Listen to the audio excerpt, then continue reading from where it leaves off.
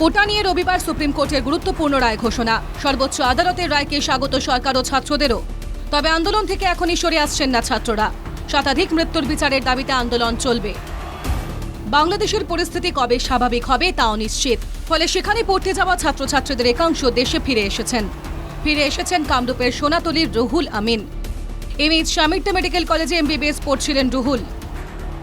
নাই বাংলাদেশ সরকার পরে একটু ব্যবস্থা লওয়া নাই আমার পরে না আমার এবার খবর লইছে না ফরেন স্টুডেন্টের কারণে কিংবা মানে উলওয়ার কারণে কেউ ব্যবস্থা করেছে একটু করা নাই আমাকে জাস্ট ইন্ডিয়ান এম্বাসি করে হেল্প করেছে আমি ইন্ডিয়ান এম্বাসির কল করেছিল সিহতে মানে যিমানখিনি পাৰে আৰু সিমানখিনি আমাক মানে পরামর্শ দিছে কেনেকৈ ওলাব লাগে কি কৰিব লাগে।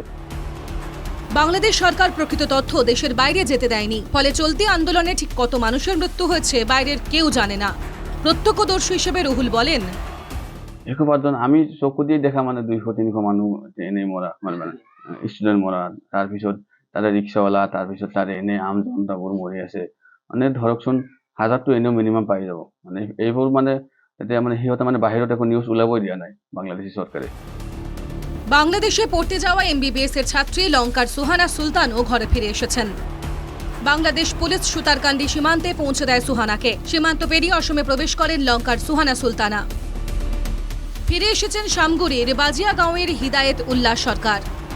তিনি 2021 সাল থেকে ঢাকার একটি এমবিবিএস কলেজে পড়ছিলেন। অশান্ত পরিস্থিতির মধ্যে ফিরে আসার অভিজ্ঞতা শুনুন তার নিজের মুখে।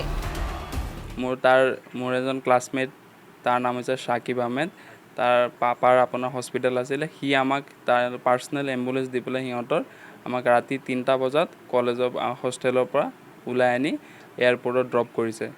কিন্তু এয়াৰপৰ্টত অহাৰ টাইমতো বাটত আমাক 50-60জন মানুহে ৰখাই লৈ তেওঁলোকৰ হাতত ৰড স্ক্ৰুড্ৰাইভাৰৰ নিচিনা মানে হাতিয়াৰ পাতি বহুত কিবা কিবি আছিলে।